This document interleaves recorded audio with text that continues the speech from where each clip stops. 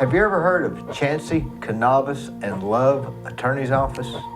Well, today I have the Chancey portion, and I'm looking forward to talking to him. A good friend of mine, Franklin Chancey. It's going to be a great discussion.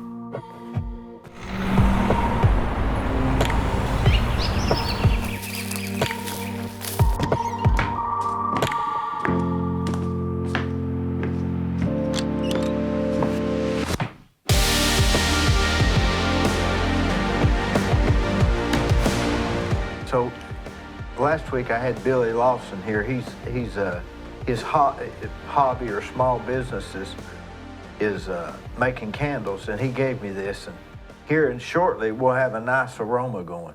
Well, that'll be beneficial for both of us, won't it? Well, especially on this hot day. That's right. You like hot weather better than cold? You know, I like cold weather. I like the fall in particular. That's my favorite season. October. Yeah, when it starts to get cool and the leaves start to change, I just have great memories of that. College years, high school years, to me, that's just the best time there is. Is there a smell that goes along with that? You know, that's a good question, but it's probably those leaves that are falling and that we all smell. But the colors that time of year, not just the leaves, but the light from the sunshine, I just love that. And it's chilly in the morning and warmer in the afternoon.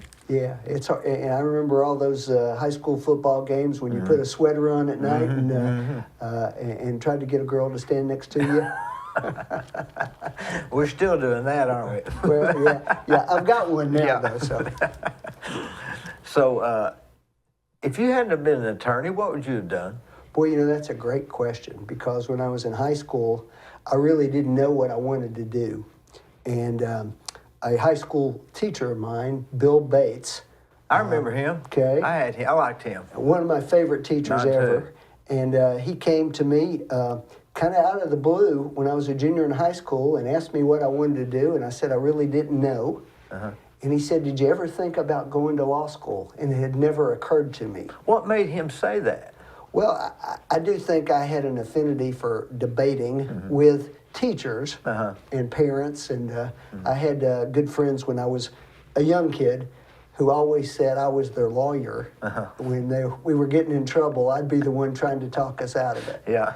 And so maybe it was a natural. Yeah. But with my upbringing, no one had ever told me that was even a possibility. So I really didn't know what I wanted to do. I was a bookworm back then, a little bit athletic, but not in a famous way like a lot of folks around here. What'd you read? Everything I could get my hands on. In the library, or did you check it out? Library, from school. Read every book they got in there. I think in my elementary school, I probably did read every book they had in So you were what they call a bookworm. I was at the time, for sure. Loved to read history. And fiction, or just? Both.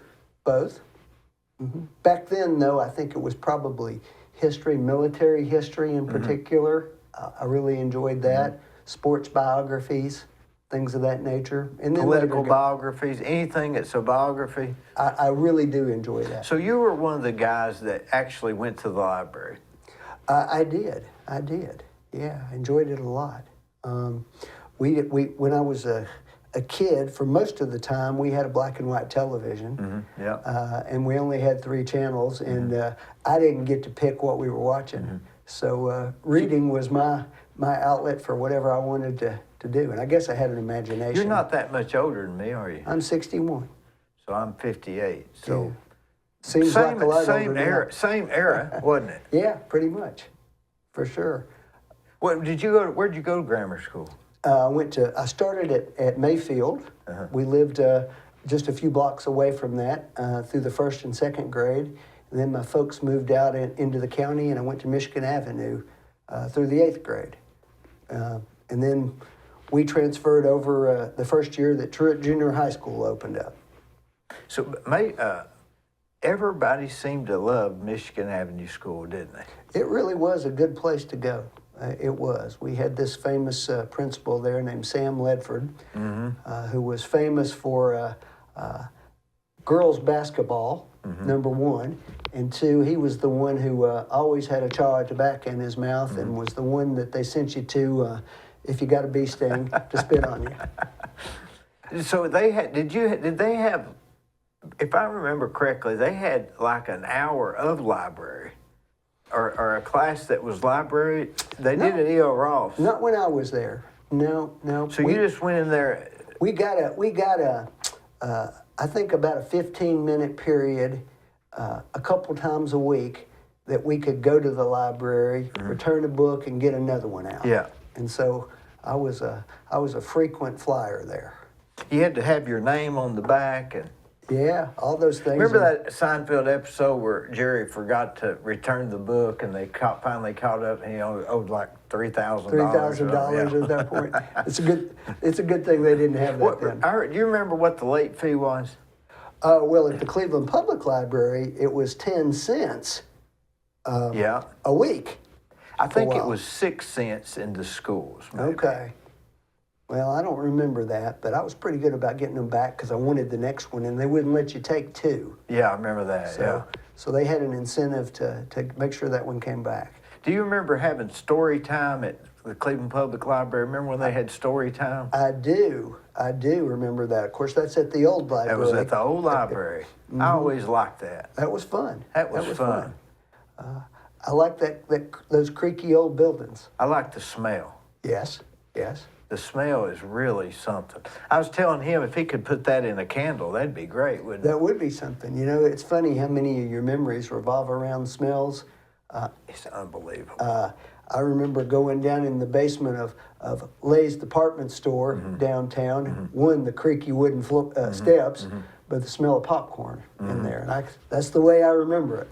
I went in there and was trying on some pants and walked out in barefoot and stepped on evidently the carpet tack strips. I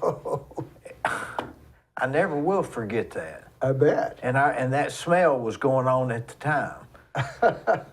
So smell is one of the six senses, isn't it? Yeah, sure. I mean, it's powerful.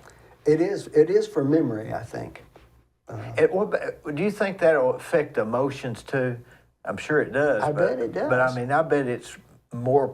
I wonder if we ever smell something, we're not realizing it, but we start thinking this way, and it's because that smell reminds us, but we're not connecting the two. Maybe if I could smell my grandmother's cakes or pies, I bet it would trigger a memory for me. Because I do have this remembrance of that as just a really young kid when she was baking things. You remember that book? I think it's, and I may have it. I think it was Back to Bountiful, something like that. The Trip to Bountiful? Trip to Bountiful. Yeah. Didn't she have a smell that triggered that trip, or she smelled something on the way back, and that smell took her memory back to her grandmother? I don't remember that, but it wouldn't surprise me. Do you remember? Did you read that book? I don't remember reading that book, but I remember seeing the movie. Yeah. See, I think the book had that, but I don't think the movie had that. That's what I'm thinking was different. Yeah. But when she remembered that smell, she remembered her grandmother, what her grandmother said, and it helped her solve that problem. Yeah. It's like the movie Popcorn at the old Martin Theater downtown. Yeah. I remember that. Why is it popcorn? They must have some kind of a thing because you don't remember smelling peanuts That's right. Or cotton candy. You remember popcorn. Yeah. It must be something that really touches you somehow. And I'm not even a big popcorn eater. Were you back then? Not really. It sort of hurts my stomach a little bit when I eat it. But I like it. They always had that jar of pickles, too. A jar of pickles. I never got the jar of pickles. You didn't? Never did. Oh, well, what were you? I was just popcorn and chocolate-covered raisins. Okay. Well, those are good. Jordan almonds, remember them? Had a lot of those. Yeah. Remember that guy that worked there the whole time? Who moved over to the village? Yeah. And he was the one who would... I remember it was a big deal for us young kids. We thought we were really cool. Yeah. We got him to make what we called a suicide. Oh, yeah. That was mix all the soft drinks together. They had Yeah. that at, yeah, we thought that was a big deal, wasn't it? A suicide. it Like, what was. was it going to do? Kill us?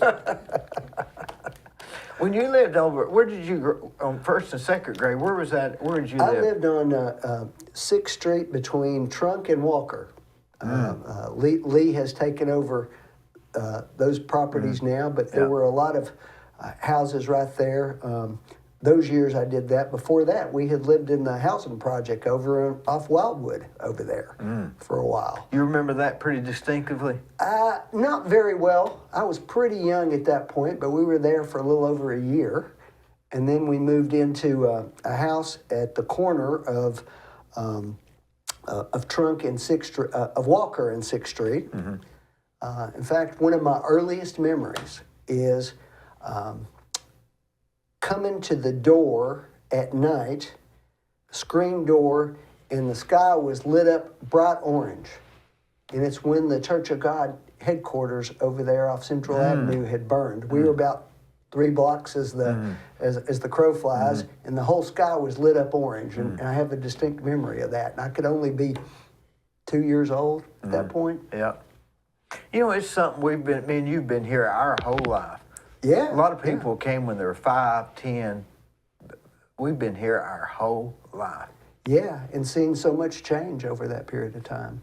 Completely different place, really. I don't know whether to get mad or celebrate it. I don't know which one. A little of both, don't you think? I mean, you gain things, you lose things, and You have to move some way. You can't stay the same. people grow. Their families grow. The town has to grow with them sometimes. Things have to change. They can't stay the same. It can't be exactly it was in 1965 and support everybody who's here now. So It cannot. yeah, it's just not possible. But When you decided you was going to go to law school, was you thinking? Did you have pretty good grades? I had good grades in college. What about in high school? Better than average, but I didn't graduate in the honor group, for example. I got more motivated when I got to college. I was lucky there. It's a good story. Back in the 1920s, 2 guys graduated from the University of Chattanooga and then went to law school in Cincinnati. I don't know why they picked that, but they did. And they came back to Chattanooga, and instead of opening up their law office, they started the Coca-Cola Bottling Company. And which was a good deal. Yeah. First one in the country. And they created a scholarship for 2 students, usually from Chattanooga or now UTC, that went on for 60 years and sent them to law school in Cincinnati. And I was fortunate enough to get one of those. And so opened up a lot of doors for me.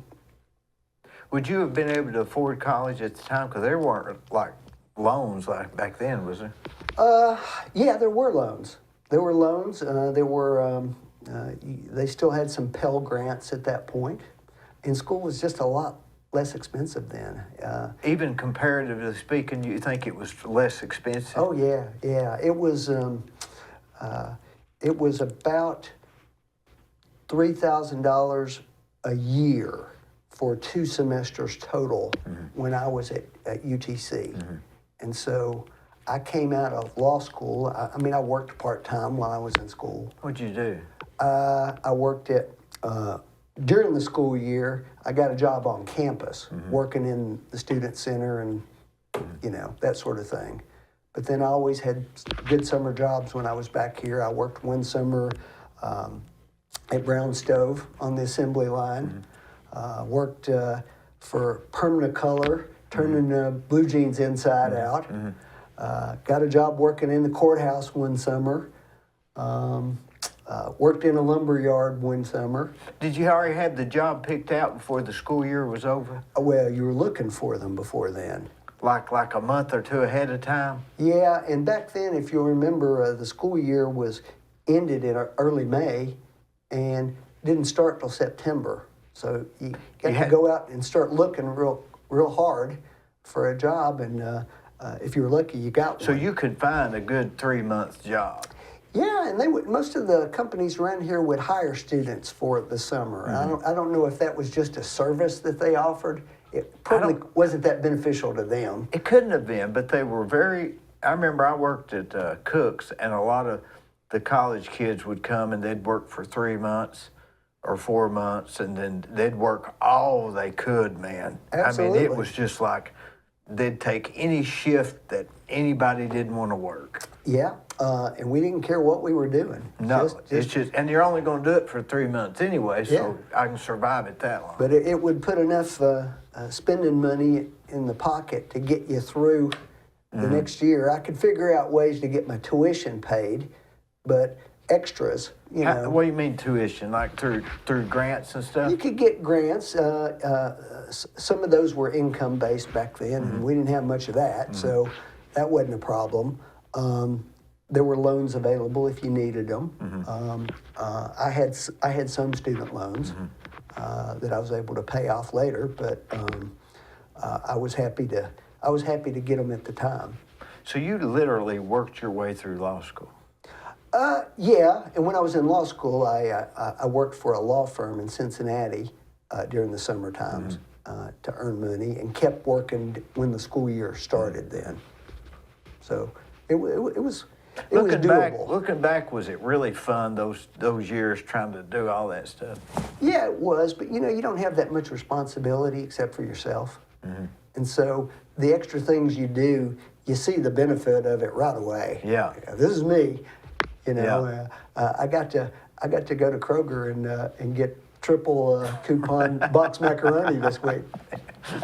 You know, if you had to have kids and a wife and married going to college, you just couldn't hardly make it, could you? It's really something. I mean, you'd be like devastated. You'd have to quit. Especially now, but you know, you think about all those guys who came back from World War II on the GI Bill, and a lot of them did that. It's really something. It really is. To admire that they had that kind of drive to do all that.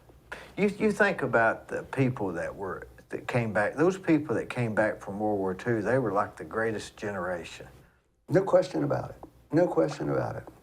Wonder what, I always thought if you were, I've said this story 1,000 times, but if you were like 15 in 1929, the Depression hit. Yeah. Your family lost whatever, or was devastated. No matter where you was at, even if you was a farmer, you weren't progressing. And as soon as you got a little 23 or so, you had to go to war. Yeah. And shoot people. And then you came back. You didn't have it. What everybody you went to school with was maybe already advanced. Yeah. Yeah. Well, those people earned every benefit they got when they came back. Absolutely. For sure. And you know, in hindsight, I don't know if it looked that way at the time, but it was a great investment for the country. It really was. I mean, you had those folks who came back and had given that last measure of devotion, and then came back and were just given an opportunity, and they took advantage of it. And gosh, we built a great economy and a great country. Because by the time that started hitting was when? I'm going to guess by the time that started hitting was early to mid 50s. By the time they got out of, if they got out of the war, went to college, got a job, by then it's 1955. Well, in the 50s and through 68 or 69 were just an incredible boom time. They said it was the greatest time to be able to grow up in that era. And people were entering the middle class because of it. I mean, before World War II, to say somebody was in the middle class was really a bad description, because the vast majority of people lived way below that in this country. The pie was divided. There really wasn't you couldn't bridge that gap. We created a middle class with that, because we educated a whole generation who wouldn't have had access to it before, and created jobs for them. I mean, Then we sent their kids to Vietnam in 65, 68. that's true. That's true. Yeah, yeah. That guy's about 94 today. Would you say about 95? Sure. I mean, my father was born in 1916 and served in 44 and 45. He was exactly in that spot. Yeah, but I mean, he'd be 100 and something now. Well, he was a little older. Yeah. That was the deal there. He was just a hair older than my scenario. He still went through it. He just got the bad times of all of it. Yeah. I guess. Yeah. Well, my dad didn't have bad military service. He was very, very fortunate. I had other family members and uncle who had terrible experiences in the war. It was sort of the luck of the draw. It was just the luck of the draw. I've heard that from so many people. It wasn't anything other than just a bad luck of the draw. Yeah, Some didn't. my father spent most of his military service in Hawaii, at Pearl Harbor, but after things had happened there. Yeah. But I had an uncle who was, in the South Pacific and Okinawa and those terrible battles there that too horrendous to even think about or imagine. So yeah, same family. It's just the way it worked out. Well, after the war, they came back and they sent them to. Some of them got the GI Bill. Whose idea was that? Well, the GI Bill was passed, as I recall, during the Truman administration. Fully implemented, I think, during the Eisenhower years. That was a generation that really felt like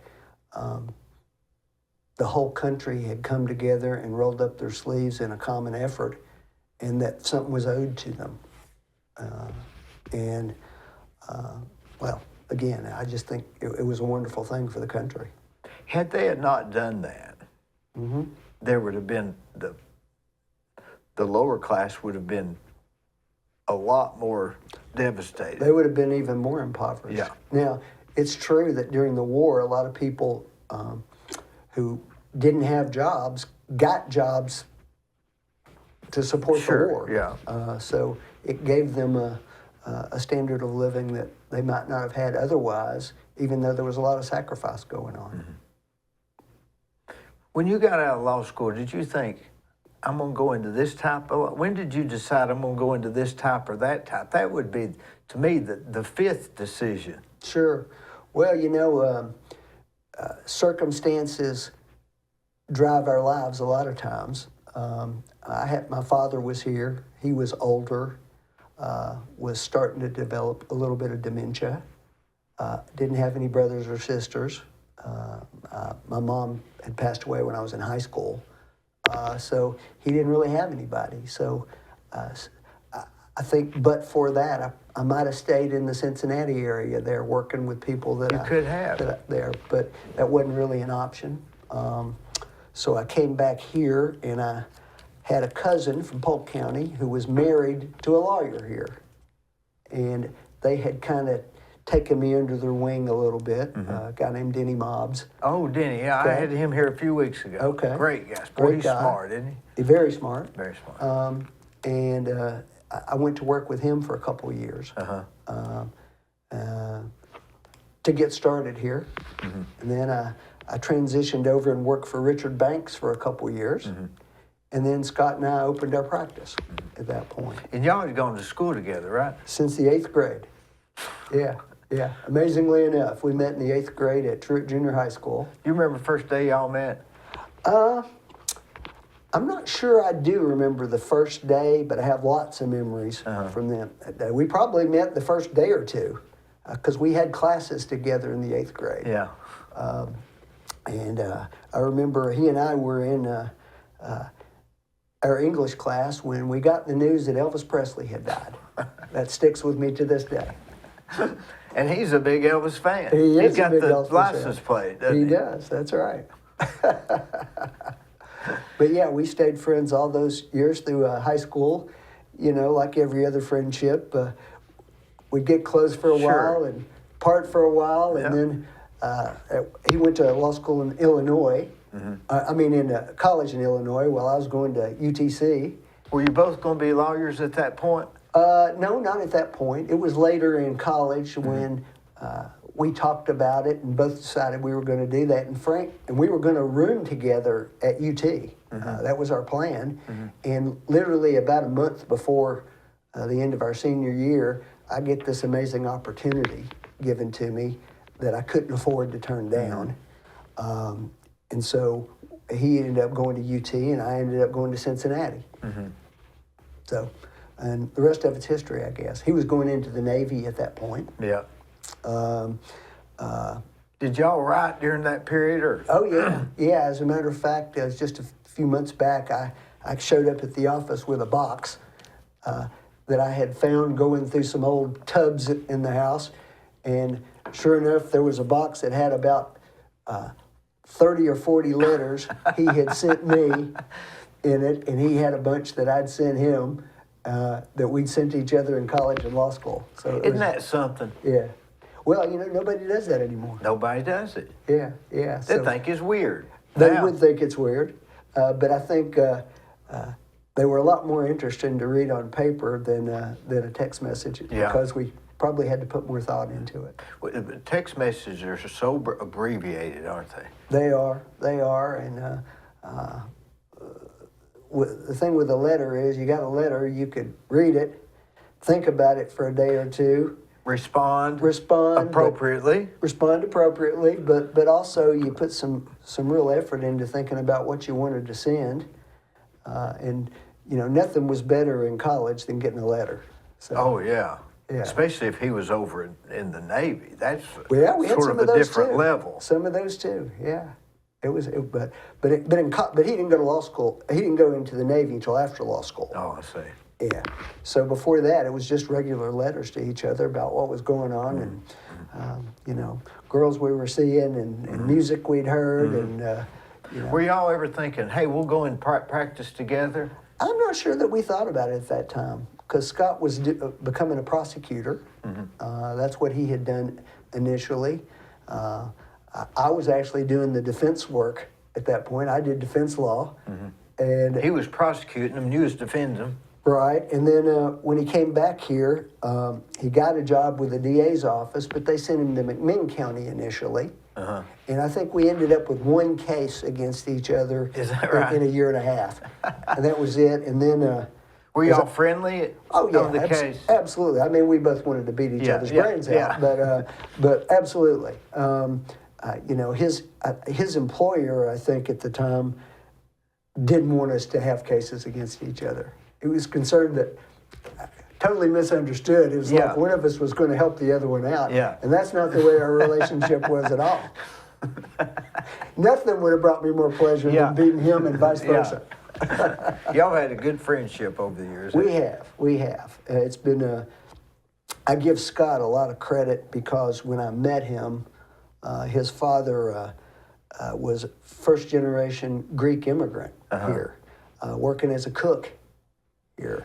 And I'd go over to his house and get exposed to all this exotic food that they didn't serve the one time a year we got to go to Shoney's, and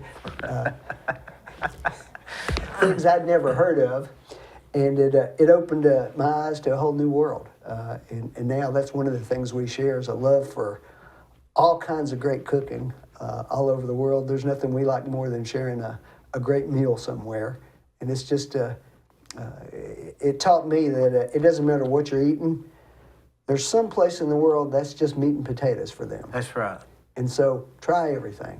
That's Give what I it a liked shot. about Anthony Bourdain. Did I you ever loved watch it? Anthony I Bourdain. loved it. I could watch reruns. I have watched reruns. Well, he had I like it more now than I did then. I see more of what he was trying to do.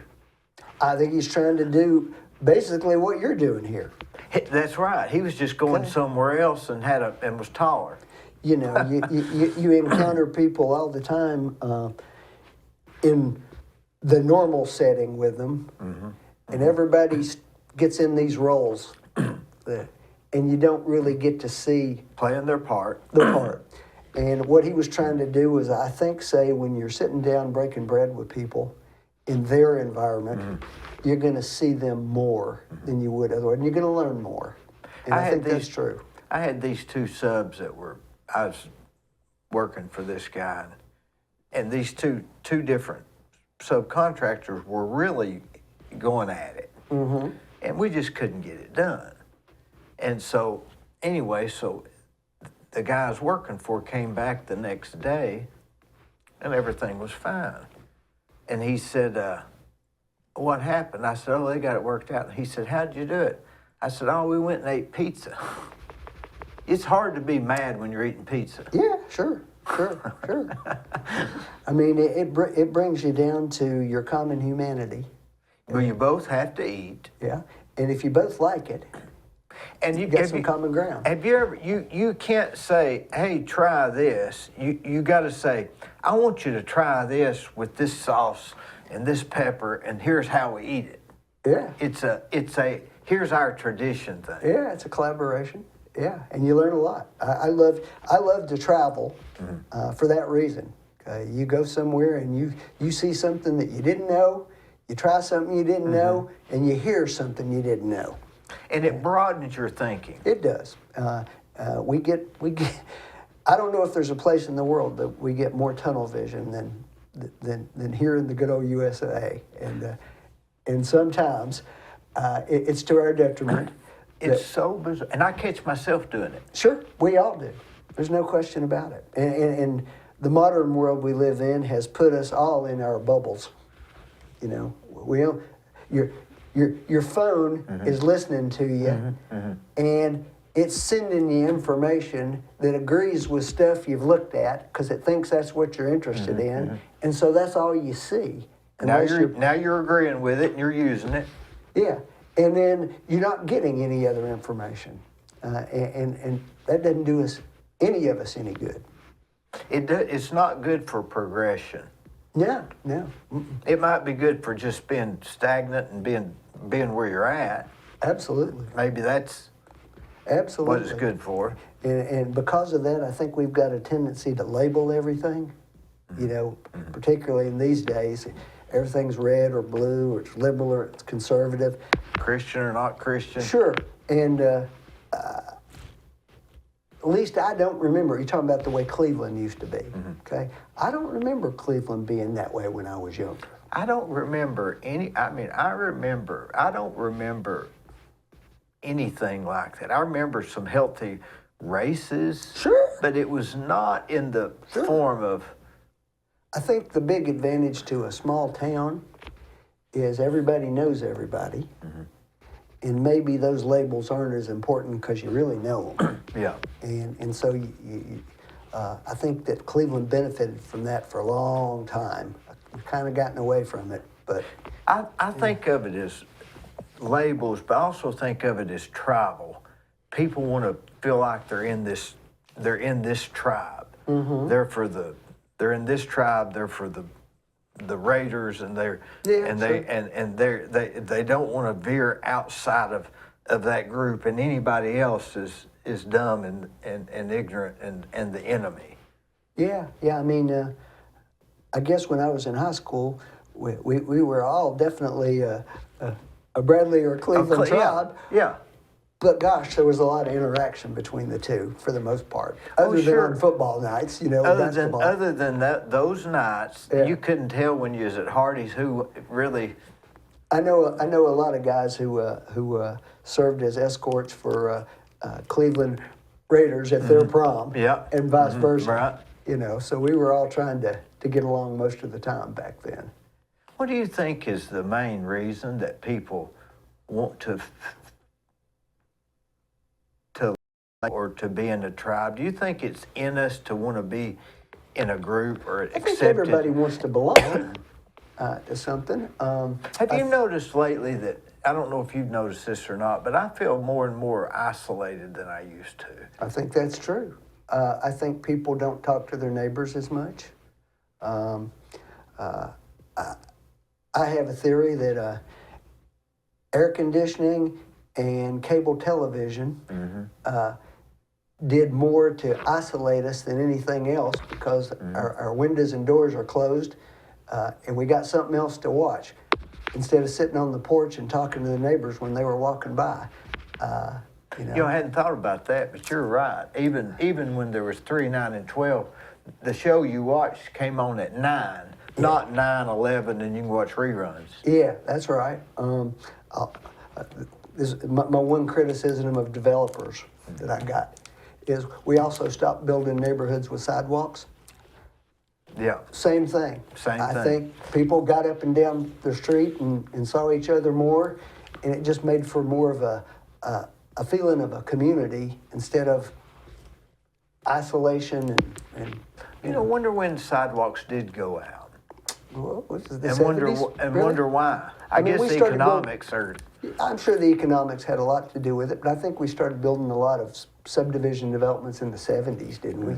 There was a big boom in the 70s, Yeah. similar to what it is I guess now. in the 60s too, but once you got outside the city, you just didn't see sidewalks anymore. We didn't have them when I left the city and we moved out into the county. No.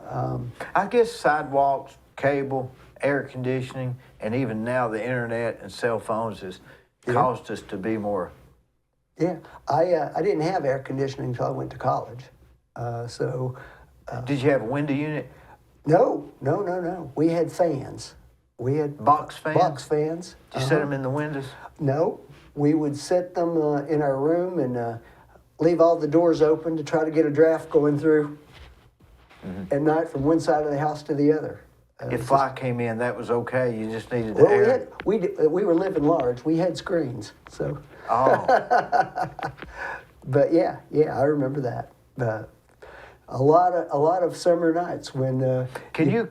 If you hear a fan nowadays, does it bring back those memories?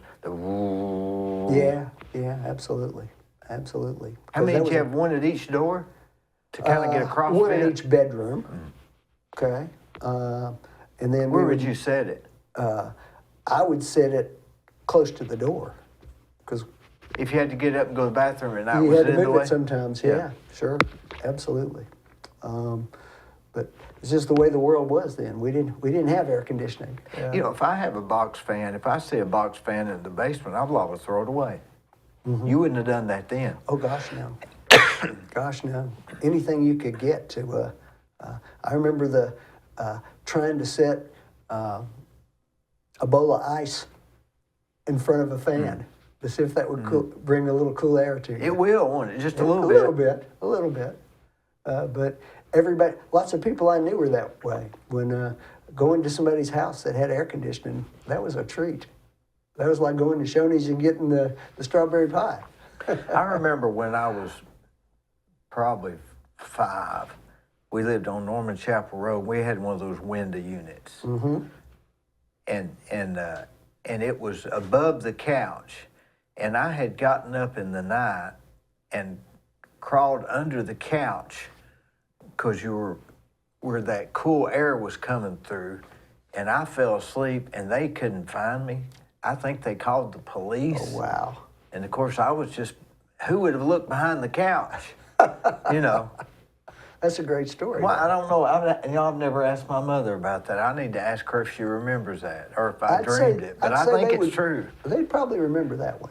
Because I remember I woke up and they said, we didn't know where you was at.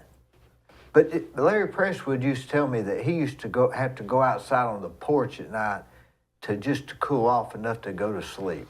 Yeah, because those old houses, the way they were built, they just kept the heat inside. And Even the ceilings were a hair lower. Yeah, and the heat would rise, and the windows were lower, so it really didn't go out very well. And so you could go outside, and it'd be 5 or 6 degrees cooler than it would be in the house, even at 2 or 3 o'clock in the morning. Yeah, for sure. Do you think those times make people tougher, or is it not worth it?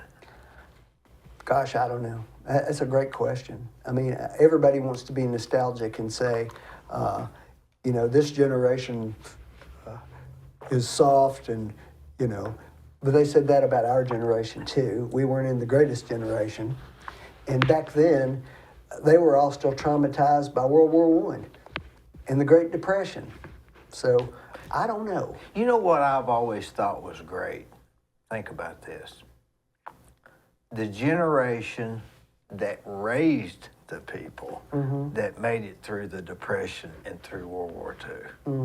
Now, they had to be pretty tough. Well, they did, but it's a different world. Both my parents were families of 12 brothers and sisters. I mean, it's just a different world. Nobody does that anymore. You know, the older kids were... Our kids will have one, maybe. Yeah, maybe. And it may not even be in a marriage. My daughter's 25, doesn't have a child. I don't know that she will have. But I'm not sure that that's an immediate priority. My kids, I can't see it happen. I can't see it in the cards. Yeah. It's just a whole different thing. Yeah, our other daughter, I don't think at this point that she's even thinking about that. And when that happened, the family had to move down here because there was no way to survive up there. And came down here for work. What did he do when he came down here? Do you know? I guess he worked at Magic Chef in or some something. factories for a while. Yeah, and then his health went down, like happened to a lot of people, and family had to try and support them at that point. But Well, they didn't have contraceptives either, or They did birth not. control. They That did might have not. been as big of a well, that's probably reason a for factor. 12. Could be, but 12's a lot of kids for sure. Just to try to think about feeding them. But if there's no birth control, you know that's going to be... I suspect, though, that those folks were pretty tuned in to the cycle of life Yeah. and kind of had an idea when So things you're were saying okay or not. you're saying it was more economic. I'm sure. I think that was part of it. Maybe the no contraceptives added 2 children, but not 12. You know, there's sociologists have this, and biologists have this theory that prosperity is what lowers the amount of children we have. There's two reproductive strategies. One, have few offspring and put a lot of resources into them. And the other one is have lots of offspring and maybe 1 or 2 of them will do very well and help everybody else out.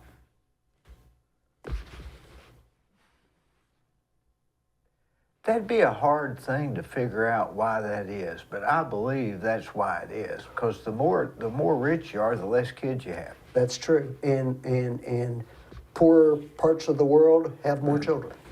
Always. Absolutely. So I think that there is a factor there. Correlation or causation, whatever. Yeah, I would say so. You know, I think the gap between the rich and the poor is getting even larger now. Oh, I think so. I mean, I'll be working for someone that's you know, I can see what they're affording, and somebody over here, and it's just not even in the same. It's I probably mean, they'll even, spend for the porch what they spend on the whole house. it's probably even more extreme than that. I'd say it's the gap between the poor and the super rich. I'd say the impoverished and the super rich. Yeah, I think that is true. I look at it like, here's the waterfall, and the water's falling off, and the poor are falling off, and the rich are up here floating. And I'm here just beating my head against the wall, trying not to go over the edge. Yeah. I'm not saying I'm going over the edge. I'm just saying, if I don't think, work, all these things, Sure. it could go that. I can't make a right or a wrong turn. The super rich can make a few wrong turns. That's true. That's true. The ultra poor, you ever heard people say, well, they, like for instance, some of these homeless people, you can't do enough. You know, somebody that says, well, they're self-made, I don't know that anybody's self-made. I think that's true. I agree with I you. mean, Very, very few people would I describe that way if you really looked at it. yeah. I'll give them credit for all the initiative that All they the had. credit, I'm not all taking the- anything away yeah. from them, but yeah, I think I couldn't have done whatever I've done without a whole lot of support, and I say that because I mentioned I lived in a housing project for a little while as a kid. Well, If you hadn't had the housing I'm project. sure we did that because we had to. Sure. I remember that government cheese showing up. I got some grants when I was in college. That made a huge difference to me.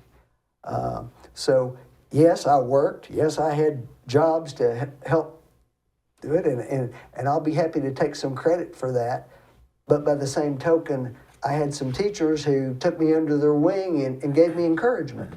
I didn't do it all by myself. Even though if you had a person that had the encouragements and had all of those things, some people are so far behind they still can't get there. Let's say inventing a widget. Yeah. Well, I mean, it's true. It's true. We can't achieve everybody reaching the same level in our society. That's not possible. Nobody's wanting that anyway. Nobody right? does want that. No. We want upward mobility, but the things that we can do to make that possible for people, those are the things we ought to encourage, I think. Do you think that,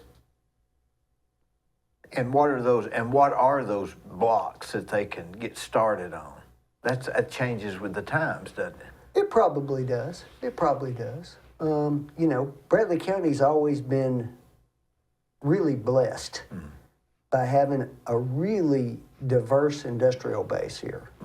Very few communities, really in the whole country, can say that. No, I don't know of any. When we've had recessions, ours haven't been nearly as bad as other places have been because we've got a lot of different industries and they don't all go down at the same time. That's the big plus.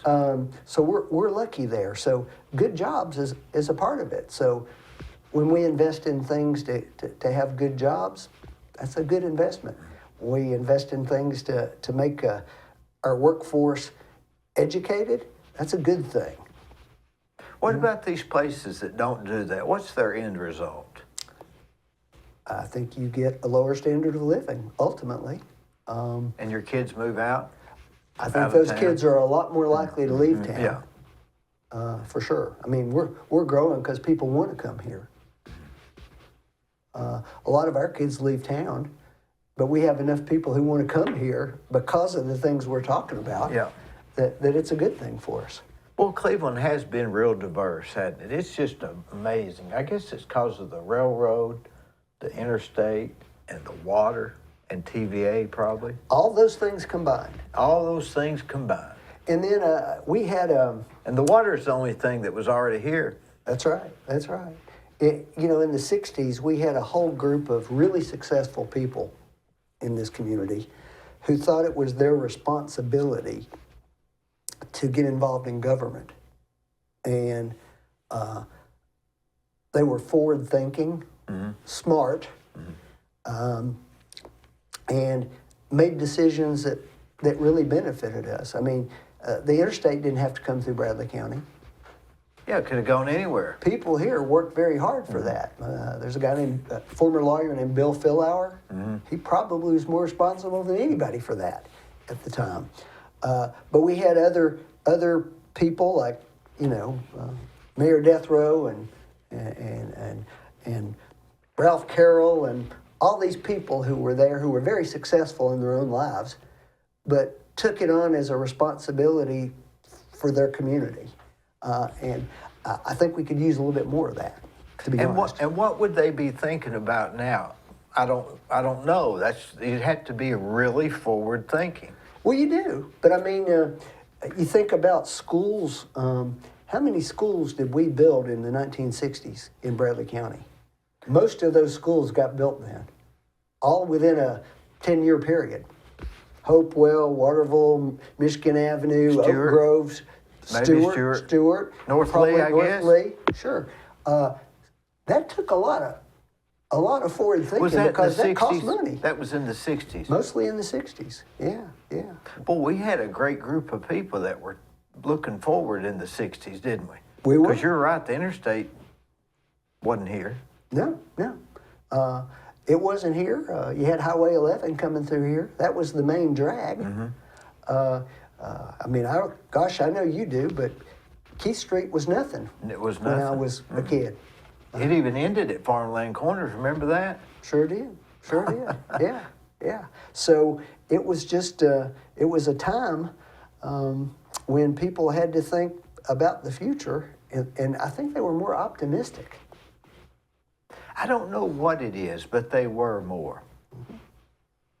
And the things they did just produced tremendous growth. Now, if we couldn't say, well, if they was here, they'd get another interstate here or another railroad or another river. That's not what we're talking about. We're talking about forward thinking. Sure, sure. But, you know, let's look at Chattanooga now. They realized that their river was a gem and a treasure. Mm-hmm. And now look at all the development that's happened down there because of that. Before that, it was... somebody, I don't know who the genius was, but who decided at the Chattanooga Electric Power Board to really invest in the internet down there, way ahead of other cities. Right. Has created a whole industry down there. You know, so that's the kind of things that we're talking about. You got to be forward thinking. It takes people probably in a room really thinking outside the box. You couldn't think inside the box and come up with those things. Probably not. But I think it's a thought process to be thinking about what could happen as opposed to what can't happen. Mm-hmm. What do you think about the homeless situation here? Is it more than it was, or is it just more because we got more people? I think that's mostly it. I mean, we got more people, and that's... We have more people, and we all know that there is a component of mental health that goes with the homeless situation. Obviously, not everybody who's homeless is mentally ill. I'm not saying that. But there's a significant number of people, and that's a hard problem to solve. I don't know how you'd solve it. That group of people doesn't always want assistance. So I don't know how to solve that one. You know, you hope churches and civic groups and so forth step up and provide more resources, and the government too needs to do that to help out people, particularly when they're most vulnerable. You know, August and December and January. Oh, yeah. I mean, it's scary to think about what some of those folks are dealing with. Wonder where they're sleeping. Tents, under bridges. Can you imagine? No, I can't imagine. And a few of us could, mercifully. But yeah, it's obviously an issue, but there's not an easy solution for that. And I'm like you. I think that the vast majority of it is probably mental illness. Well, certainly a big chunk of it. And you know, you can't... I had this friend of mine that he just started getting mental illness. I'll just be honest. And he didn't have it before. Yeah. And he had no family here. So I couldn't tell anybody. They wouldn't believe me. And I couldn't check him in to a mental institute. Right. Because I was just a friend. I wasn't a relative or nothing. And so one day he started telling me that that the mirrors were looking at him. And so I knew he was getting worse. So I drove him to this place in Chattanooga that houses people like that. And I can't remember what excuse I gave him.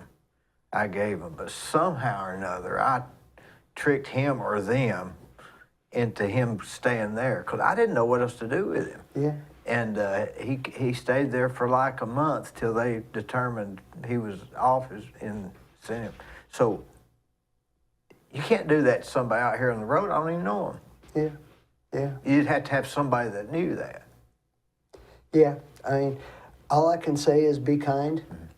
But I think I think some of the homeless is, it's so hard to build affordable housing. It is. Because of all the regulations. And I'm not just saying Cleveland, or I'm saying Everywhere. the whole, Sure. the United States. Sure. If you said, we talk about on 6th Street in Walker and you didn't have air conditioning and the windows were short, well, it probably violated every rule in the book, or would now. It would now. And so if you could go back and just say, and I know this is really thinking crazy, but if you had a 12 by 12 room, Yeah. you know, with a roof over it, Mm-hmm. it'd be cooler than what you grew up in. There are some cities that have begun to build exactly what you're describing for homeless people. And What's that guy's name? I know what you're talking about. I've seen that. and I want to say the one I heard about was out in Washington State or somewhere, but I think but this they one were was building 100 units in a confined area that had a toilet, a shower, and a cot in it. Didn't have a kitchen in it even. It was. This is a place that Because you can eat a bag. This is a place you can get out of the rain and shower. and not freeze to death or die from heat stroke. Now, how would you get the building codes to let you do that? They'd come up with an. They'd have to come up with some exception for that purpose. But these were not permanent housing. And this was not a for-profit thing. These weren't going to be rented out to people. It was, we're helping to solve our homeless problem. And that was the purpose of it. And I'm sure they got donations to help with that and so forth. And but you said it, think outside the box. You got to think outside the box because that's all they need. Yeah, maybe we don't want all those regulations gone for single-family housing that you're going to rent out and make money off of. Maybe there's a reason for that. Some of you probably would like to have, but not to solve a crisis issue. Or maybe you're saying maybe a temporary measure. Yeah, sure. I mean, these were not intended to be somebody's permanent home, but it was prevented to prevent a tragedy. Can you imagine if you had kids like that? I guess you'd just have to give them up, wouldn't you? That's what happens frequently. Yeah. You know, they won't let some children come into the homeless shelters for safety reasons. Yeah, and years ago, they wouldn't even thought about that. That Yeah. wasn't an issue. I guess they just, I don't know if they knew the crimes were going on or if the crimes weren't even going on or if they were and it was just something to be accepted. I don't know how that was looked at. Yeah, it's a complicated issue. But let's just say you are homeless or you're down on your luck. You can't go out here and buy a $160,000 house. No, you can't. You can't even get a mortgage. You You can't. can't pay it back. You can't do that. And what's an average rent right now? I saw a thing online where it said some of these said I pay $1,500. I pay $1,200 in rent, but I can't get a $600 mortgage. Yeah, sure. You know, Sure, but probably don't have a down payment. probably don't have a down payment. Okay, probably may not have the money to get insurance to start on with, Right. or your property taxes, Or any of don't those have things. 3 years of work or whatever. All those things. Yeah. Yeah. Or can't pay some medical bills for tonsillectomy. And so my credit rating's down. My credit rating's down. Yeah, absolutely. Now I can, and then you go somewhere and they can give it, but the interest is 12%. Yeah. Now the math doesn't work. Yeah. So it's a lot harder than people think. Yeah, I don't know how you could get there. You say, well, you could work. Who's going to pay you more than? Well, that's really the thing that people ought to be more concerned about. You know, we talk about people freeloading and things like that. The people we ought to be worried about are the people who have jobs and who are working and can't possibly just survive. And what do you do? I mean, it's not, you're not saying they're lazy. No, You're not they're saying working. they don't have initiative. They're doing all What do they can do. If you got a 2-year-old and you got a job, well, if half your pay is required to pay for childcare, hard to go to your job. because you can't afford rent. So, or it's sick one day. Yeah, Or you all thought those it things. was sick one day. all those things. So those are the folks that we really need to look at and say, what can we do to make their lives better? Give So, them. the homeless, they may want to be that way or may have medical issues. That's another thing. Separate issue. That's a separate issue. Yeah, yeah. But there's a bigger chunk of people who are what we will call the working poor. Okay? Why wouldn't we want to figure out ways to help them? Because they're doing the things we want them to do. There are people. There are I guess, people. There. There are people. And almost all of them are doing things that benefit us. And you know, if you look behind the curtain, they don't have good health insurance. No. They've got a pretty good car. That's a big They've got problem. this, they've got that. They look like they're doing pretty good. But the reality is, If you don't have health insurance, you're one bad day away from a disaster. I know this girl that works for a medical office. She works 40 hours a week. I forget what her pay is. I guess it's $16, $17, I'm guessing.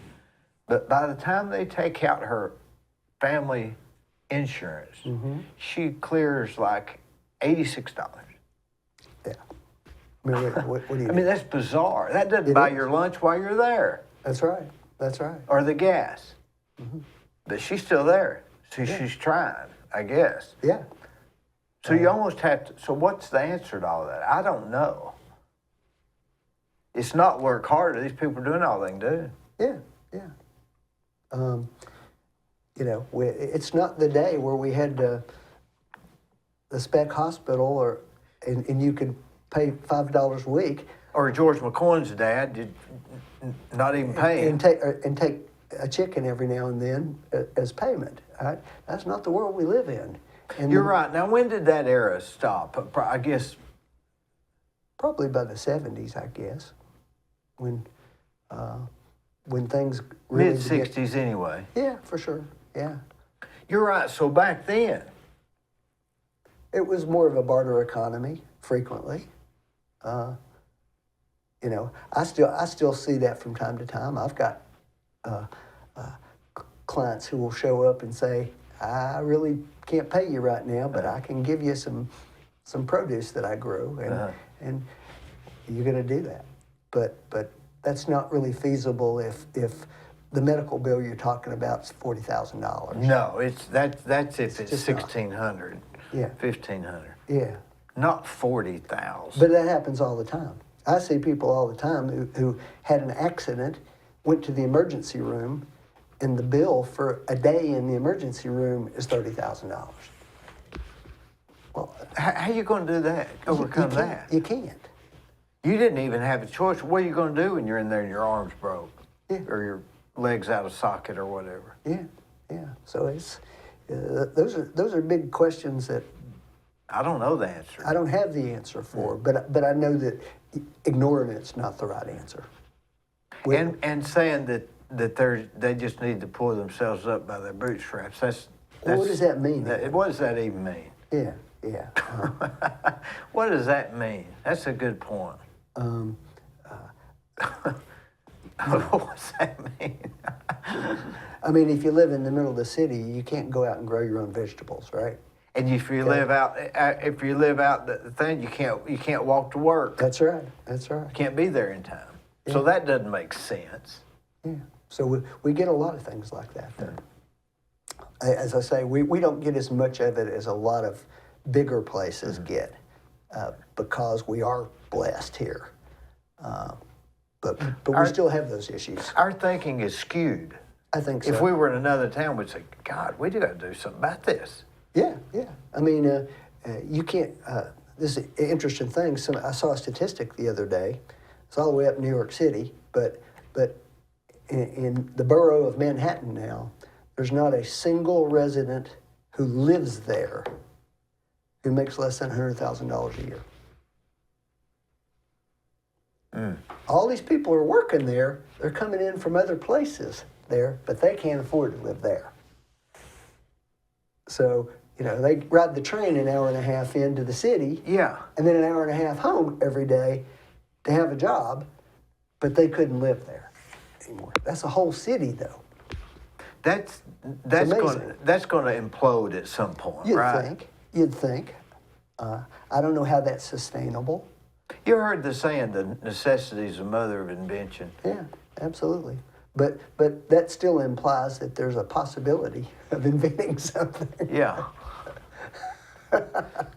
You know, if you go to some of these poor areas downtown, I always like to drive by and see what they're doing, because I'm thinking to myself, they've invented. I'm going to see some inventions here because this is what will come.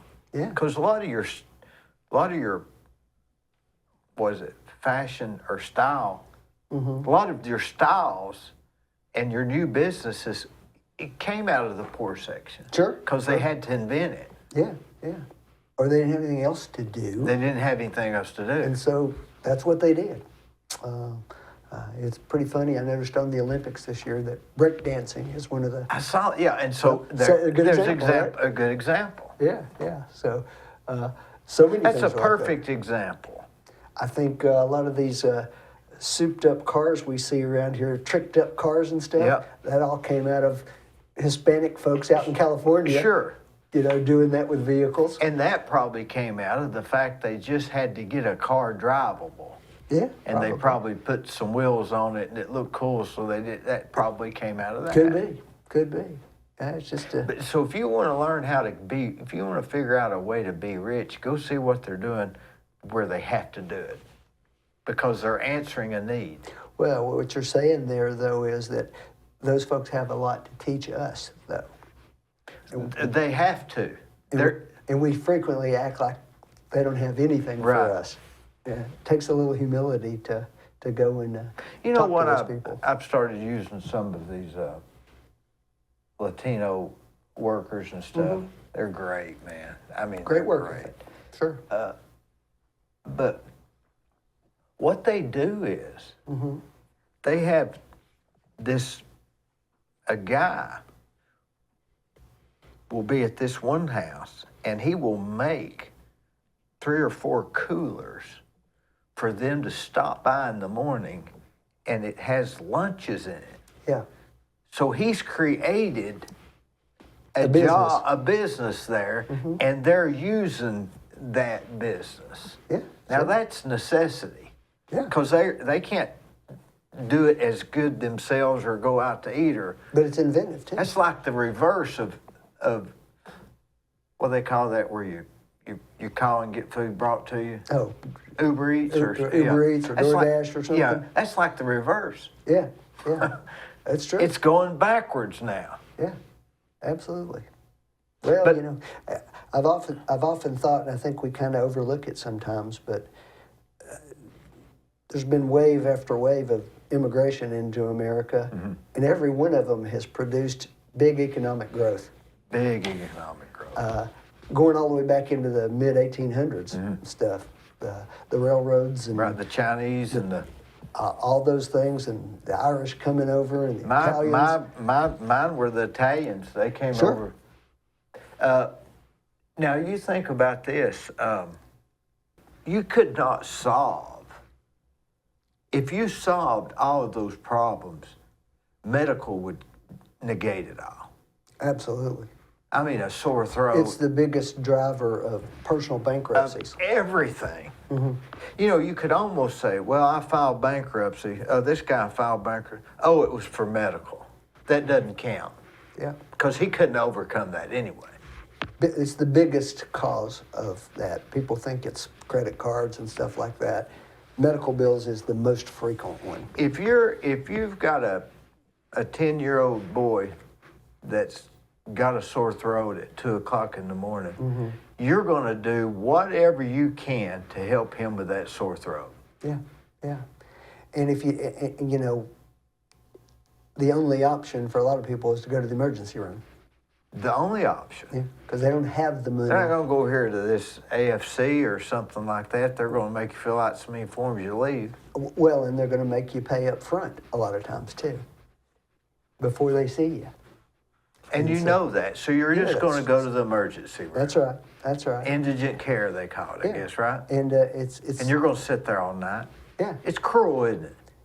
To an extent, for sure. But I don't know what the alternative for those people are to do that. What was it in the past? Well, you had family doctors then who were on every street corner. There were doctors' offices all over the place here when we were kids, and it literally cost $5 to go in and see that.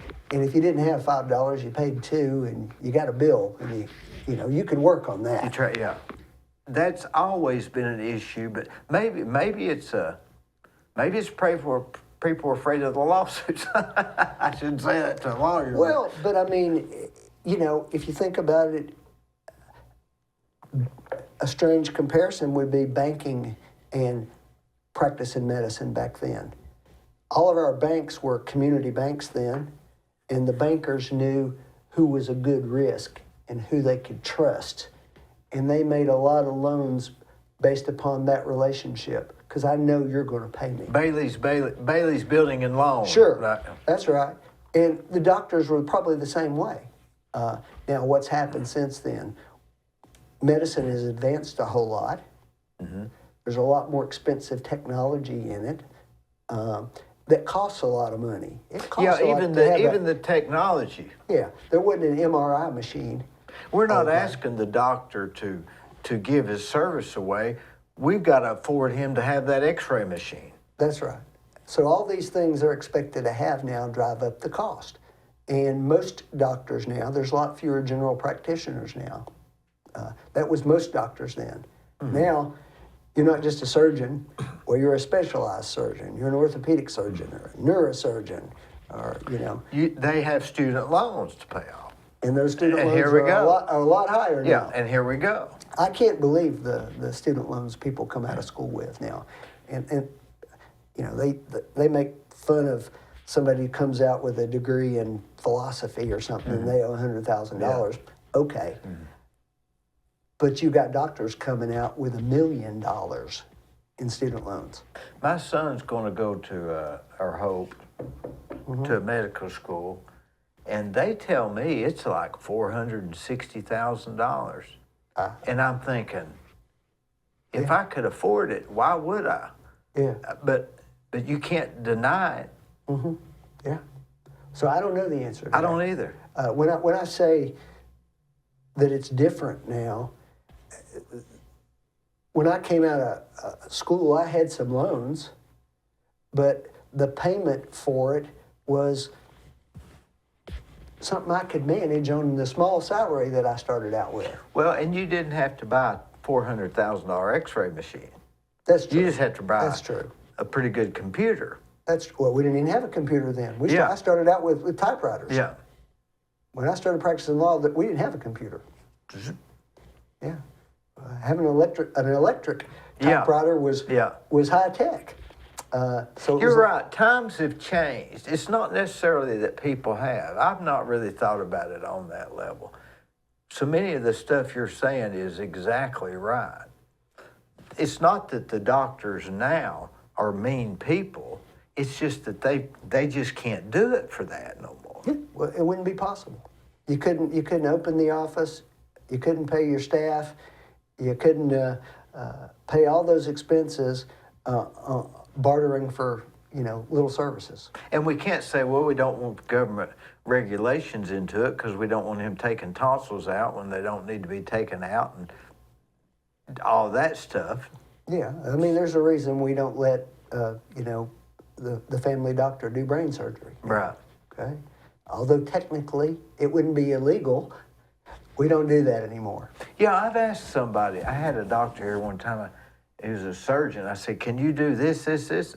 They can do whatever they want to. There just might be liable or not. If they could find somebody to let them do it, they could. That's right. Because they're just a doctor. Sure. Same's true with lawyers, but it's not a good idea.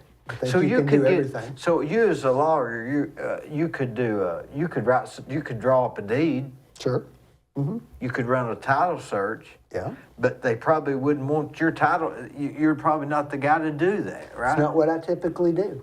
So I do deeds all the time for people, but I don't do the title work because that's become more specialized. More for people. specialized. And they have insurances that cover that, and et cetera, et cetera. So I don't know the answer, but I do think we need to be thinking about the answer. Because if we're not, us that think we're in the middle class are going over the edge, is my thinking. Well, I think it's true. There is only one pie out there, and it's got to sustain everybody. And so how that gets divided up is a serious conversation that probably every generation has to have. And it may change. Maybe Sure. it changed. You know, even the banks, they got so many regulations now. I mean, if you go just to renew a loan, good gosh. Yeah. But on the other hand, we've seen what happened when they weren't regulated at all. And then That was a calamity for everybody. Right? Even the stockholders. That's who they're protecting. It's the stockholder, not even the customer. Well, I guess they are. Well, one of the things, Somewhat. though, is our whole economy, though, is now interconnected with everything. Something fails here, it didn't just fail there. It affects stuff over here and over here and over there. Do you think used to it wasn't as much connected? Maybe? I think probably in general, not as much, although I guess you could argue the Great Depression was a example of the stock market went down and that brought the whole economy down. Yeah. But besides that specific point, maybe medical wasn't as much related to finance and insurance. Well, maybe it was. But though, I guess that's a part of the old saying, a rising tide raises all ships. Yeah, but then if the dam springs a leak, though, they all go down. They all go down. Yeah, that's the problem. Even though you may not have done anything wrong, what somebody else did can certainly affect you. Do you think we've ever been in a period, do you think this is, if you was to say, in your opinion, this point in history, 2024, is the difference between the rich and the poor, is it wider now than it was before, or what level would you say? It's very similar to immediately before the Great Depression. Now, what basis do you have for that? I said that there's one pie, okay? And that one pie is all the wealth in the country. Period. Poor, middle class, upper middle class, wealthy, super wealthy, okay? Is this court okay? We are at a stage where a very small slice of that pie, a very small percentage of the population has a huge slice of the pie. Now, where do we get that? Because I agree with you 100%. I see it in my working. But how do I prove that without just my observation? Is there a way to look at that? Economists present that information every year. So it's an actual economic data. Absolutely. I'm not criticizing the people who've accumulated it. No, that's... Okay? I'm just saying that wealth's got to sustain everybody. And if it's too concentrated, that means a lot of other people are not either making it at all, and they're certainly not being socially mobile, which is really what we want. We want people who are poor to feel like they can become lower middle class. How come? Huh? How come? Because I think it gives everybody inspiration, it gives them hope, it gives them optimism, and those are the things you want in a society. And it makes a stronger country? Absolutely. I mean, that's in theory. It's not a guarantee that somebody can do that, but that they've got an option to do it. But in theory, that's the end result. We want a strong country. We're not trying to make the poor super wealthy. We're trying to make the poor into the middle class. We're trying to make the middle class upwardly middle class. So that we can use their resources, their thinking, their whatever. Sure, because most of the great ideas we've had in the country, those usually have not come from the uber wealthy. That goes back to what we were just saying. That's right. The guy that's making the lunches inside his house, putting them in coolers. Even those wealthy barons, you know, the Rockefellers and the Vanderbilts and all that stuff, they didn't all start off wealthy. A lot of them got an idea, Henry Ford, you know, and ran with it and became super wealthy. Well, that's the kind of thing you want to see. I mean, you want to see people who are creative, motivated, but also who believe there's a reason to be creative and motivated. But I think if you play it all the way to the end for a common reason,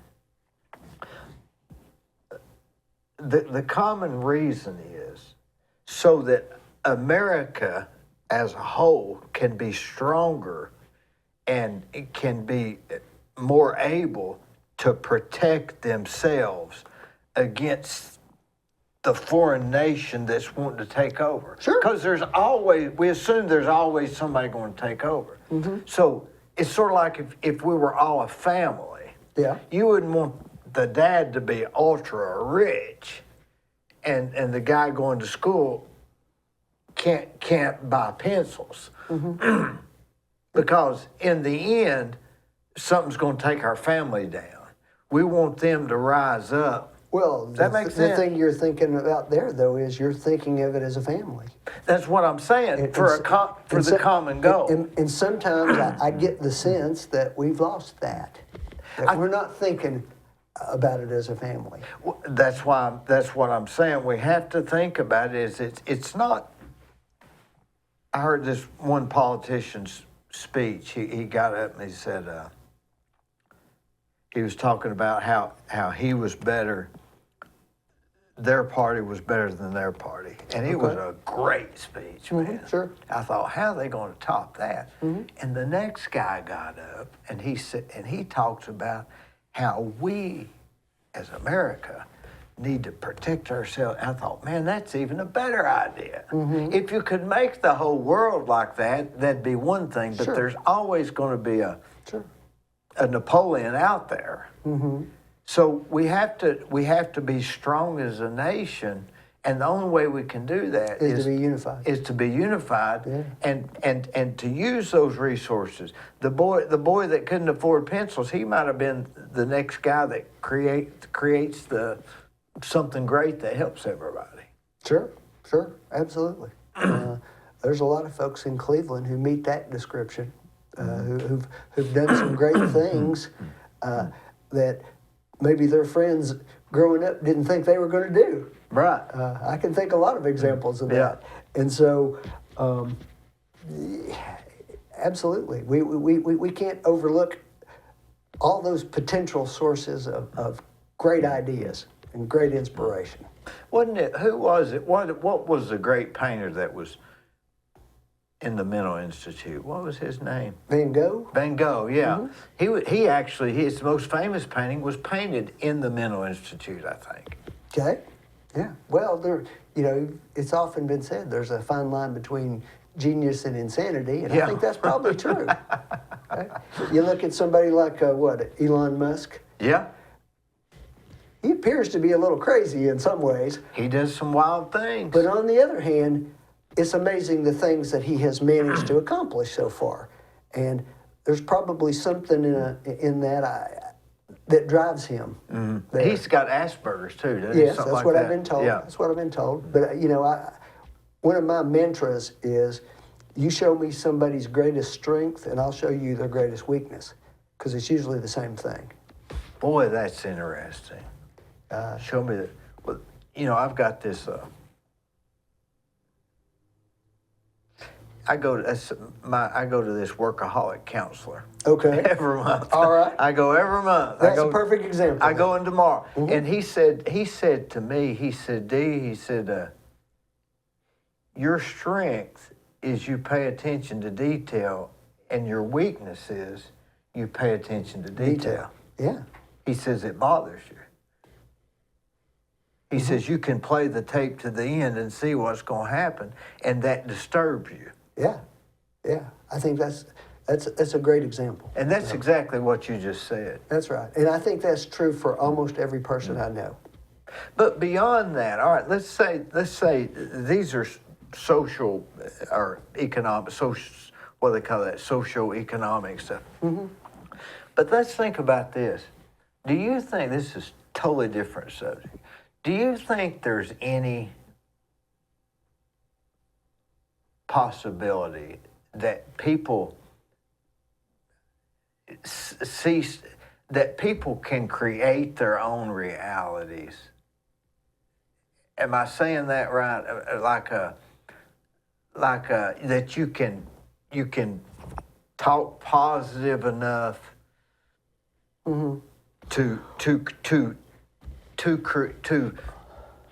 direct your life more so than just working, because what we've been talking about now is finances and hard work and dedication, all those things. I think positivity is infectious.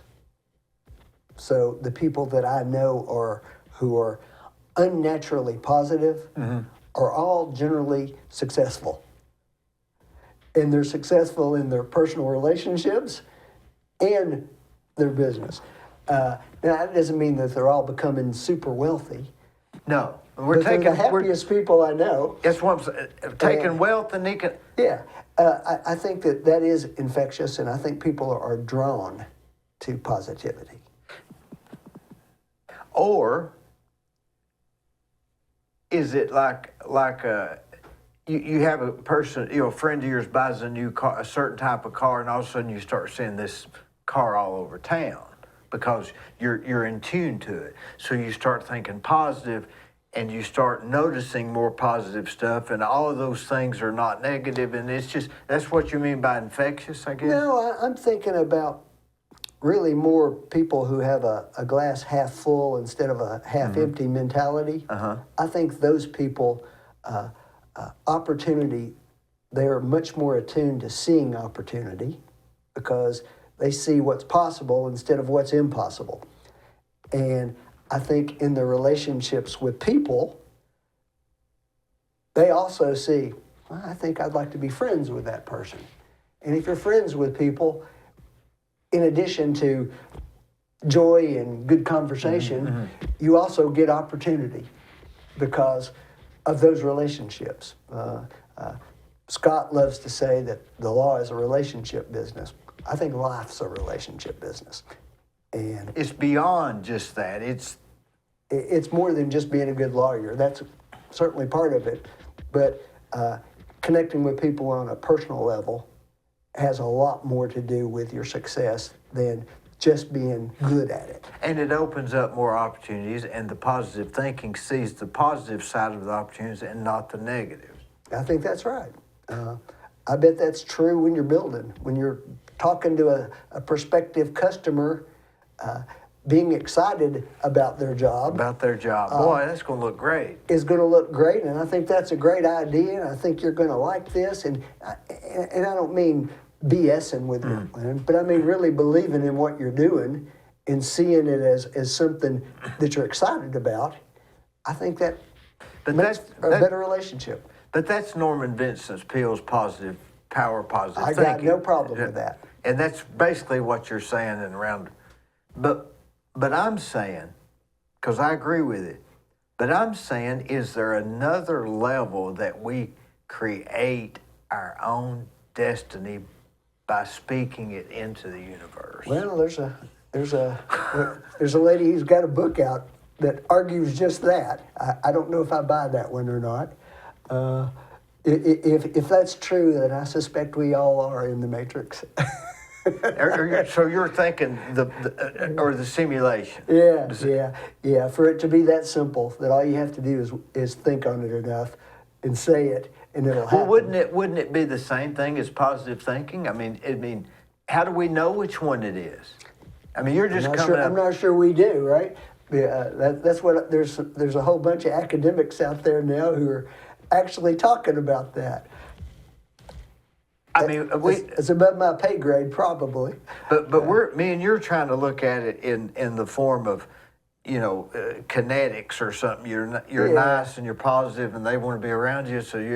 But it may be even wilder than that you can speak it into the universe. I mean, that's what who's that lady you're talking about? Is that book? Oh, what is her name? It's called. And that's not the only one. There's a lot of thoughts about This that. lady has a whole cottage industry, though. She's been on Oprah a bunch of times, but that's literally what she says. If you wish it hard enough and long enough, it'll happen. Well, some of these athletes that you watch on the Olympics, in the interviews, they'll inevitably, they'll say, I saw myself crossing that line. Mm-hmm. Yeah. Yeah. Now, wouldn't it stand to reason that if it's thinking positive, being around people that's positive, wishing it in the universe, praying to your God, There you go. whatever it is, wouldn't it stand to reason that take all of them, that we can shape our outcome by hoping, wishing, and praying? Maybe. That's a very deep thought. But I don't know. I mean, I certainly know a lot of people who believe in prayer. Okay. Same thing. Okay. Same, right? By the same token, it's like, recent events. People say the Lord spared Donald Trump. Yeah, Okay? the ear. Okay? That may be. I'm not saying otherwise. But the poor sap behind him wasn't spared. So does that mean he wasn't praying? I don't know. And that's horrible to laugh about. But No, I'm not laughing about that I thought at all. I thought the exact same. I'm not thing. laughing about that at all. But what I'm saying is, your good fortune is frequently somebody else's misfortune. The tornado hit that house and not mine, and thank you, Lord, for that. Mm-hmm. But what are we saying there? Thank you, Lord, for hitting their house instead of mine. It's a tough thing. Yeah, we to had a look at wreck and the other people died. Thank the Lord, I was saved. Yes, it's said a lot of times that faith is not being grateful for your blessings; it's being grateful for your misfortune. Because if you really believe there's a plan, that's what you're saying. That the bad things, I got to accept those too. So it's those are uncomfortable thoughts. They are, and I don't know if we could ever figure all of those out. But I do know that as a rule, the people that think we're in a matrix or a simulation or the power of positive thinking or prayer, whatever you want to say, they seem to have a better Monday than the ones that are thinking the opposite. Well, those are the people who think that they have no control at all. That we're just a bunch of atoms bouncing around in the universe. Yeah. Well, they're both equally disconcerting thoughts sometimes. They are. Yeah. If I've got control over everything, I really messed up a lot. Boy, that's the truth. Okay. If I got no control over it, that's pretty scary too. Well, that is really deep, isn't it? That is true. Yeah. That sounds like the kind of thing Scott and I were writing to each other about in college. Yeah, if I've got control, I've really messed things up. Yeah. If I don't have control, then gosh knows what's about to happen next, right? Yeah. So, well. You could have been did you ever consider sociology or psychology in school? No, not as a career. I think you would have been a good psychologist. Well, what I've found over time is I'd actually be a really good mediator. Maybe that's the same thing in a sense. But all that really means is being a good listener, I think. Listening to what other people have to say. and listening for what they're trying to say as opposed to what you want them to say. So, say that again. Well, mediation is Or listen, would you say listening to? listen to what people are actually trying to communicate instead of what you want them to say. Sometimes we projecting our own thoughts onto what somebody said. Or maybe even what they're wanting, what they're saying, but what they're trying to say. Trying to say, and maybe not effectively, but Yeah. actually being able to perceive that. Because if you understand what somebody's real motivation is, it's a lot easier to get them to agree to things. And that's. I mean, I'm in the conflict resolution business, right? And Is that what you primarily do, divorce and stuff? No, the biggest part of my career is car wrecks and things like that. I do a lot of, this is a small town still in that regard, so none of us are that specialized. So I do a lot of that, but 35 years later, what are you good at? The things they didn't tell you anything about in law school. They don't talk to you about psychology and people and human interaction and listening. Those are not skills that you have when you come out of law school. You learn those over time. So you think that your one of your biggest strength is mediation or conflict resolution? Absolutely. And you're able to find out you like to find out what the person's actually wanting. That's a big part of it because people have, particularly in what we do, there's a lot of bravado involved in it. Yeah. Okay. And a negotiation, nobody says what they really want on the front end. And figuring out what's really important to somebody helps you identify where you can make compromises. If we've got 10 things we're in disagreement about, but if I can get you to put them in order, well, I've got 7 or 8 things that I can work with there to try to find an agreement. Okay? Nobody gets everything they want. That counselor I go to, he says, if I can find out where you get your attaboys, I can control you. Okay. I thought that was interesting. Where I get mine to say, boy, you really did a good job on building that house. You like boy, to hear that, right? Well, that's where I get them. Sure. Whatever reason, that's. But are you ever satisfied? When they say that, Okay. then I'm the attaboy. They're just saying attaboy. Sure. So I'll go through. He says that I'll actually levitate towards situations where I have to try to get an attaboy. Okay. In that area. I believe that. Because that's where you. I believe that. Where do you think you get your attaboys? These days, it's special projects, and by that I mean people that I think are really getting a raw deal, and helping those people out. I get more personal gratification from than anything else.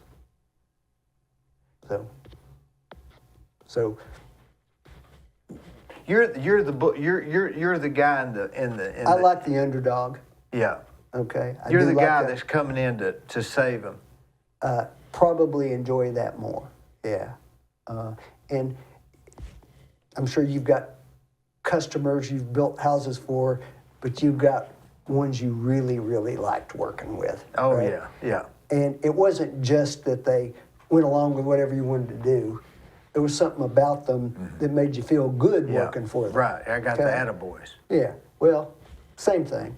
I mean, periodically I get somebody who I feel like the system is ganging up on, and they're really not in the wrong. And they're being treated unfairly. And the opportunity to help those people is as gratifying as it gets. Are you the knight in shining armor, or you're the policeman that comes in with the gun? They want to think that you're the police officer, but it's probably more the other. I mean, everybody wants to think their lawyer's this bulldog, right? Yeah. Okay? Yeah. And they're going to tell them what to do. And we're going to bend the other side to our will, okay? That happens sometimes, okay? But the reality is, more times than not, what you're trying to do is to get them 80% of what they were trying to get. And that's a win. Oh, sure, sure. It's true. It's just, you know, you can't do what you've done all these years and everybody be 100% satisfied. It's not possible. Not possible. Okay? But good, successful people like you are gonna be. There's a lot more attaboys than there is, you know, complaints, and that's what you're trying to do as a lawyer too. That's the reality, and it's easier to do that as you've been doing it longer, truthfully, because you're better at it now. Do you have like 10 cases or 20 or 50? How does that work? More like 150. Golly.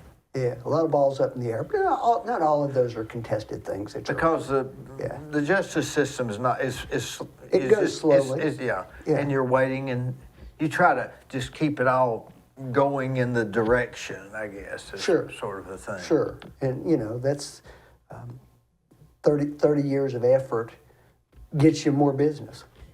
No matter. It's just the facts of it. It's just the facts. There are more people referring you business now than there were then. Hopefully that's because you had more of those successes than failures. You ever get to where you just can't take on any more work? Yeah. Or how's that? Sure, sometimes. Sure. That's a real. I've got that problem right now. It's who do you turn down? What do you not do? And it's not that I'll take it on. I'll work a long weekend and get this over. No. They're asking me for a year and a half of my life. That's right. 3 That's months to start, 3 That's months to decide, a year to do it, etc. Some lawsuits that we're involved in may take 3 or 4 years. So if you took one tomorrow, they're not saying, "Will you help me with this?" Your mind's hearing, "Will you commit your time to me for 3 years?" Sure. And it's not as simple as taking it on. There's a limited number of people I have working in my office who can assist me with the case. So there's only so much you can do and do right. You can take on the business, but you're going to end up with a dissatisfied client at that point. And that's disturbing to people like me and you who came up trying to get where we was at. That's right. That's right. It would bother me. Oh, yeah. I'm not going to say that every client I've ever had's walked away happy because that'd be unrealistic. But I'm trying to make that happen.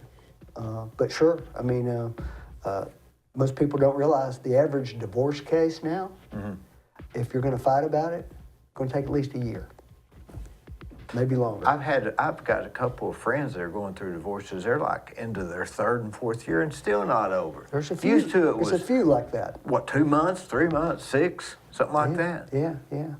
So and it's not you. It's just the way things are now. Well, there's a calendar. There are judges. They got a calendar. Yeah. The other lawyers got a calendar. There's only so many court dates available out there, and there's so many cases that are already set ahead of you. So, it's just different now. It is different. Is that the different what it was when you first started? Was the calendar less busy? Well, it's hard for me to answer because we started off with no business at all. I mean, Scott and I will laugh about it now, but there were a lot of afternoons we were sitting around in our office playing chess and stuff because we didn't have any clients yet. Now you can't eat lunch. And you know what? That's true.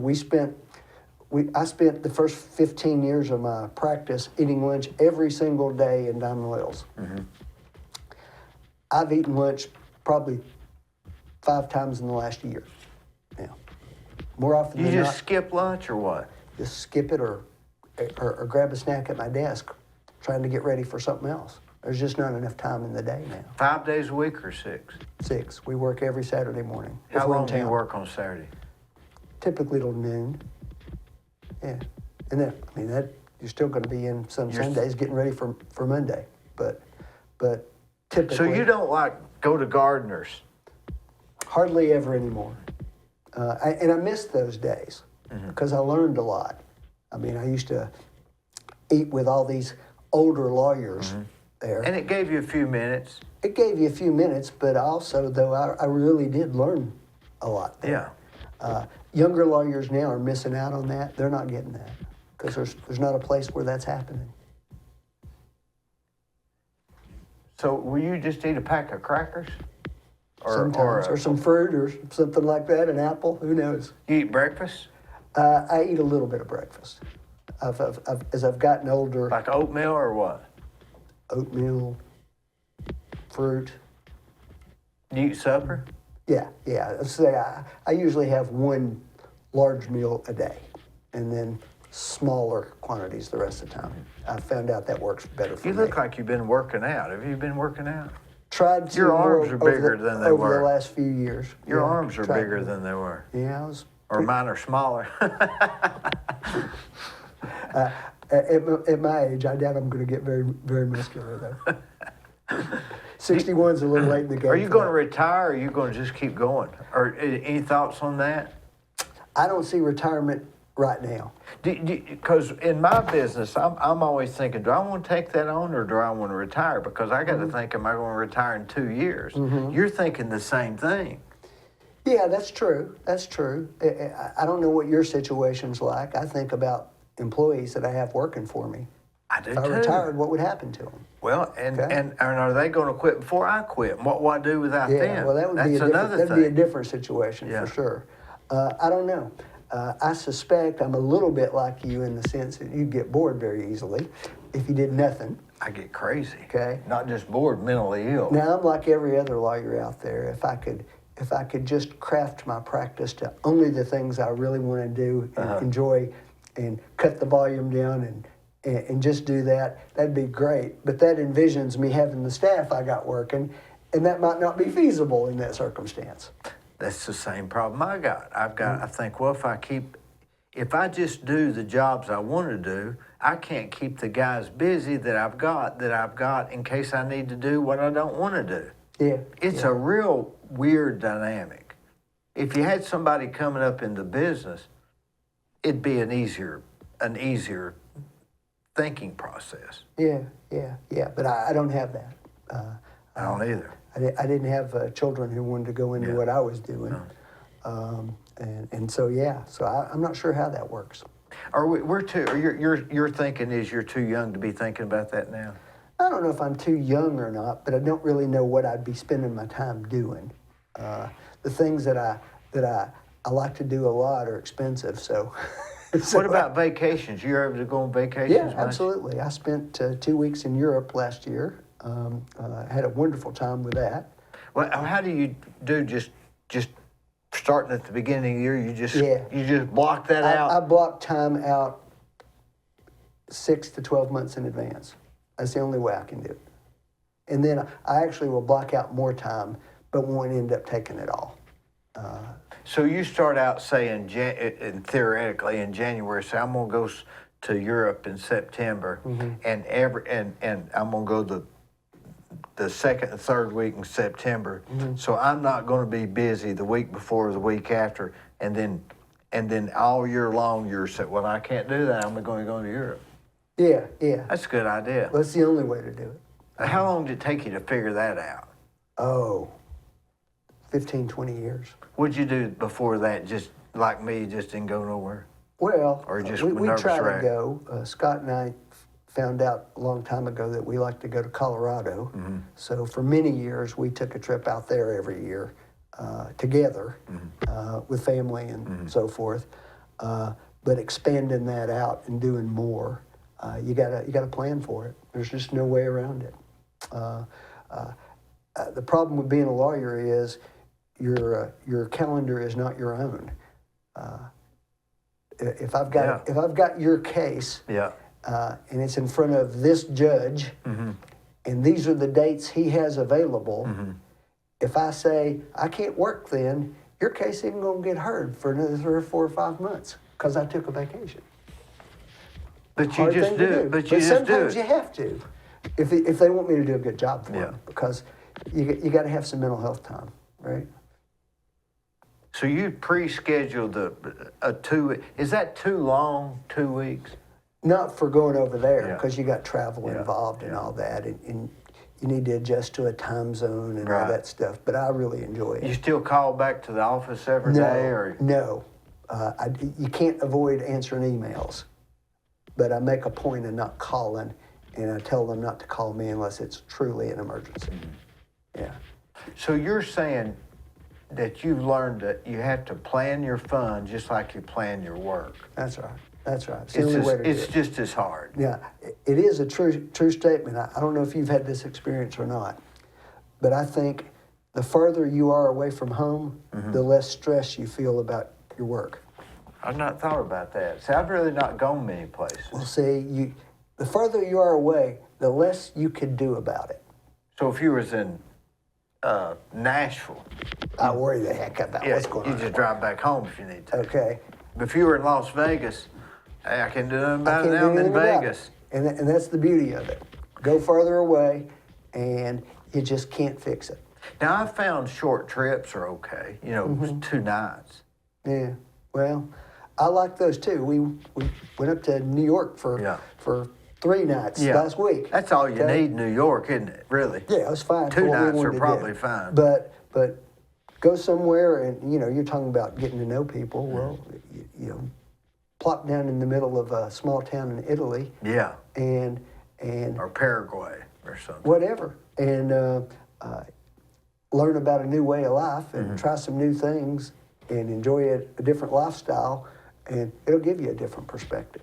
Why else do we bang our heads against the wall every day? For what? For what? Yeah, They're not going to have that appointment anyway. They're going to be late. that happens. That's right. yeah. That happens. And you if you try to be accessible to people when you're here, communicative with them, answer their telephone calls and their emails, and meet with them and so forth, they're going to understand that you got to have a little time to yourself. And it's probably not going to make that much difference. And if you do it like you said ahead of time, you can plan for that. Well, you can plan for it, and by now we have some staff who can answer some questions. They're not going to make big decisions, but they're there to talk to people and help out a little bit. But what you said is right, though. What are you working for? What's the point? I mean, is it just to accumulate some more stuff? I don't even want anything. Do you really? Yeah, I don't need anything else from that standpoint. I do like experiences more than I like stuff. I like experiences and memories and some. You've given me some inspiration, Franklin. Well, I appreciate that. I think we actually agree on a whole lot of stuff. We do. We really do. And I'm not being. We really, really do. I'm interested in this counselor you got. Oh, he's the best. Yeah. He's the best. Well, that sounds like a lot of self-awareness to even realize, hey, here's my issue. Oh, and that was the first 10 minutes I was there. Yeah. That was bizarre. Well, that's pretty good. But I've been going to him about 15 years, and he hadn't fixed me yet. Maybe helps you, though. Oh, if it hadn't, I'd been a lot worse off. Yeah, for sure. So, I appreciate you coming. Well, I've enjoyed it. Very much. Thank you. Thank you.